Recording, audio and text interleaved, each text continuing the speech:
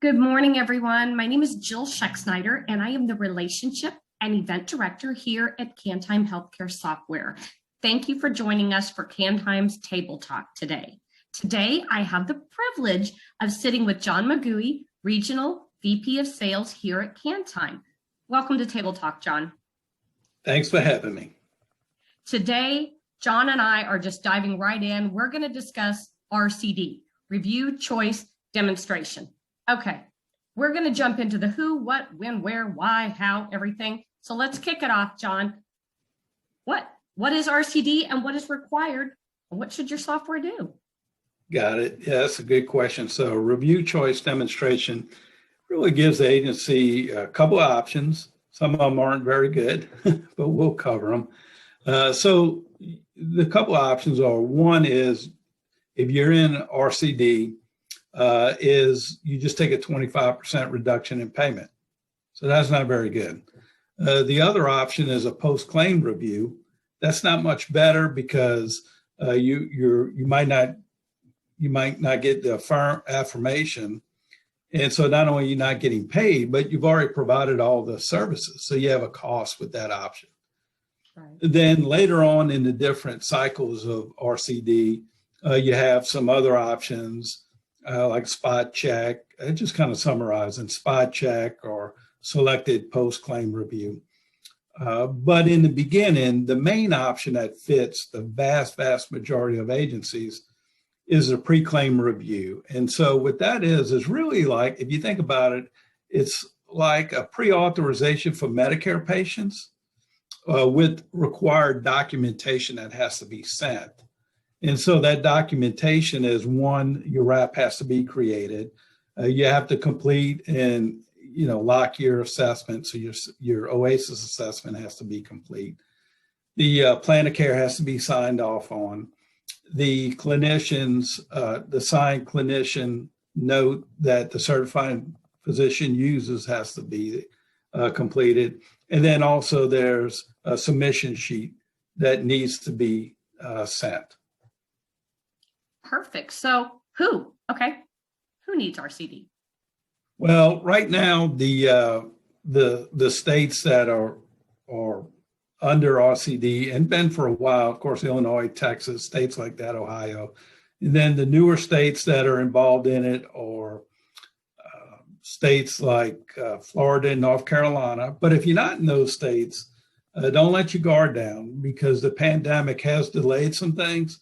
But if you're in states like Alabama, Georgia, Kentucky, Indiana, Louisiana, Mississippi, Oklahoma, New Mexico, South Carolina, and Tennessee, I know that's a lot, but those are the states that the CMS said was next on the list. Well, that's a chunk of them. So why?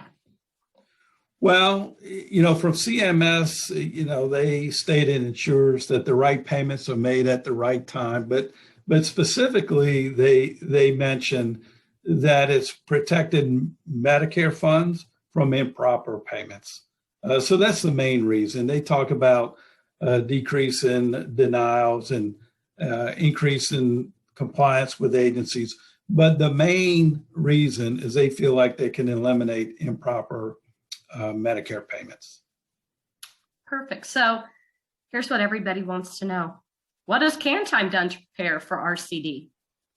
Well, a couple of things, and they're very important.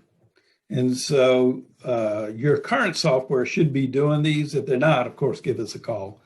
But you want to have a push system. And what I mean by that is the person that is managing RCD, you don't want them to have to go pull reports and go look in other modules in the system to uncover the information that they need. You want it to be right there in the dashboard. So that's what we've done at KanTime.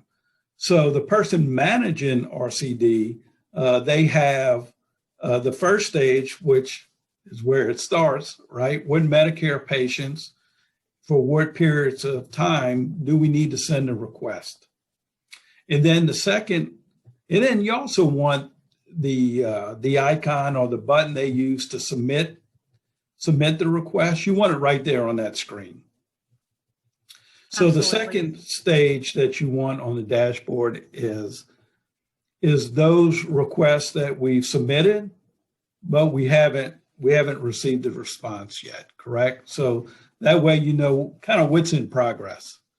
Then from there, either you're going to receive not affirmed, which means they need more information or you need the correct information, or affirmed. If it's affirmed, you don't have anything else to do. You're going to get paid and there's no other documentation you need to send. If it's not affirmed, then of course you want to do the appeal.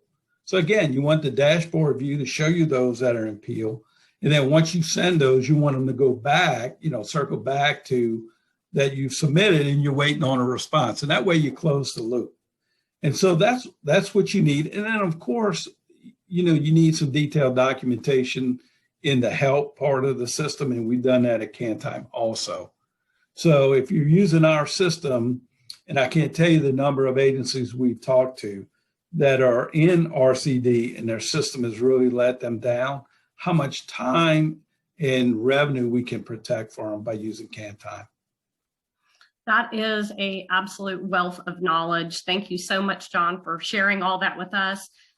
Thank you, everybody out there watching our table talk. We would love to tell you more. As you can tell, John has extreme knowledge on this and would love to share more with you. Please reach out to us on any of our socials. We're on LinkedIn, Instagram, Facebook, and Twitter. You can always send an email or a phone call. Anyone on our team would love to talk to you. Please join us next time for our next table talk, but thank you today for visiting with John and I. Have a great day. Bye. Bye.